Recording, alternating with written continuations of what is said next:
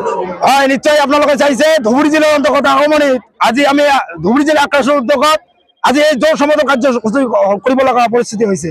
আজি আমি কৌজমি জনগোষ্ঠী আজি ৰাজপথত ওলাব লগা হৈছে।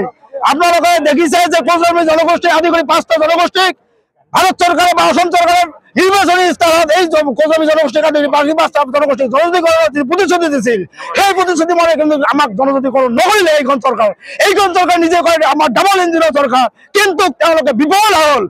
আমি দেখিবলৈ পাইছো এইখন চৰকাৰ খিলঞ্জীয়া চৰকাৰ বুলি কৈছে। ক'ত খিলঞ্জীয়া চৰকাৰ?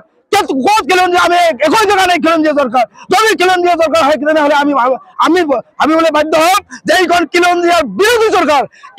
কিয়নো আমি দেখিবলৈ পাইছো সৌদিনাখন 10 তাৰিখত গুৱাহাটীত যিটো চিচুটোৱাৰ উদ্যোগত যিটো গণসমাৱেশ হ'ল, এছএছটি ট্ৰাইবেলৰ যিটো গণসমাৱেশ হ'ল, আমাৰ 6টা জনগোষ্ঠীৰ বিৰুদ্ধে আমি শুনিবলৈ পাইছো তথ্য মতে কোনোবা অসমৰ কেবিনেট মন্ত্ৰীয়ে এই তেওঁলোকক ফাইনেন্সিয়েল এছিষ্টেন্স যোগান ধৰিছে।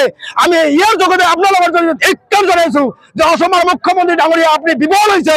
আপোনাৰ কেবিনেটৰ এজন জ্যেষ্ঠ মন্ত্ৰীয়ে আপোনাৰ এই চিচিটোৱাৰ যিটো আন্দোলন, এই 6 জনগোষ্ঠীৰ বিৰুদ্ধে যিটো আন্দোলন, এইটো কিন্তু তেওঁলোকে ইন্ধন যোগাইছে, ফাইনেন্সিয়েল ভাৱে তেওঁলোকক সহায় কৰিছে। এই কাৰণে আপোনালোকৰ জৰিয়তে আমি ধিক্কাৰ জনাইছো অসমৰ মুখ্যমন্ত্ৰী ডাঙৰীয়া যে আপুনি এই 6টা জনগোষ্ঠী আৰু চিচিটোৱাৰ যিটো এক্সিষ্টেড ট্ৰাইবেল আছে আমাৰ লগৰ মাজত সংঘাত নকৰিব। যদি সংঘাত কৰিব বিচাৰে তেনেহ'লে কিন্তু পৰিস্থিতি অসমৰ ভয়াৱহ হ'ব।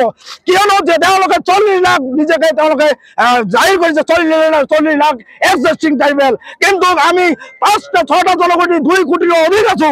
অসম চৰকাৰ যদি দূৰদৰ্শিতা থাকে তেনেহ'লে আমি ভাবিম অসমৰ মুখ্যমন্ত্ৰী যদি শক্তিশালী মুখ্যমন্ত্ৰী হয় তেনেহ'লে 2026 নিৰ্বাচনৰ আগে বা এই 25 নৱেম্বৰত যিটো প্ৰতিবেদন কেন্দ্ৰলৈ প্ৰেৰণ কৰিব, শক্তিশালী এই 6টা জনগোষ্ঠী সপক্ষে কৰিব। নহ'লে কিন্তু 25 নৱেম্বৰৰ পিছত কচৰমুখী আদি কৰি বাকী 5টা জনগোষ্ঠী কিন্তু হাত সাবটি বহি নাথাকে বুলি আমি আপোনাৰ জৰিয়তে চকিয়াই দিছো। ইয়াৰ জৰিয়তে আমি এইখিনি কওঁ, আদিত্য কাকলাৰী, কংগ্ৰেছ শৰ্মা, তেওঁলোকে কোনো সাংবিধানিক মুৰব্বী নহয়। আমি ভাৰতীয় সংবিধানৰ গণ্ডিৰ ভিতৰত আমি কচৰমুখীসকলে জনজাতিক বিচাৰিছো। আমি আদিত্য কাকলাৰীৰ ওচৰত বিচৰা নাই। আমি আজি আপোনাৰ এই ধুবুৰী জিলাৰ অন্তৰ্গত আগমনিৰ এই জোৰ সমাধানৰ জৰিয়তে ভাৰত চৰকাৰ অসম চৰকাৰ চকিয়াই দিব বিচাৰিছো অতি শীঘ্ৰে কৌজমি আদি কৰি বাকী 5টা জনগোষ্ঠী জনজাতিকৰণ কৰক। আজি আমি এই জোৰ সমাধান কাৰ্যসূচীৰ জৰিয়তে অসমৰ মুখ্যমন্ত্ৰী ডাঙৰীয়াক স্মাৰক পত্ৰ প্ৰদান কৰিম। আমি আপোনালোকৰ জৰিয়তে ইয়াত গোট খোৱা আমাৰ ধুবুৰী জিলাৰ অন্তৰ্গত বিভিন্ন আমাৰ কৌজমি জনগোষ্ঠীৰ সংগঠন, বিভিন্ন আমাৰ কৌজমি জনগোষ্ঠীৰ আইমাবিলাক ওলাই আহিছে। আপোনালোকৰ জৰিয়তে আমি ধন্যবাদ জ্ঞাপন কৰিছো। আকাশৰ কেন্দ্ৰীয় সমিতিৰ তৰফৰ পৰা ধন্যবাদ জ্ঞাপন কৰিছো। ইয়াৰ জগতে আমি ক'ব বিচাৰিছো যে আমাৰ কিন্তু ধৈৰ্য্যৰ বান্ধ নিছিঙিব অসমৰ মুখ্যমন্ত্ৰী ডাঙৰীয়া। আপুনি আজি আমাৰ কিন্তু ধৈৰ্য্যৰ বান্ধ নিছিঙিব।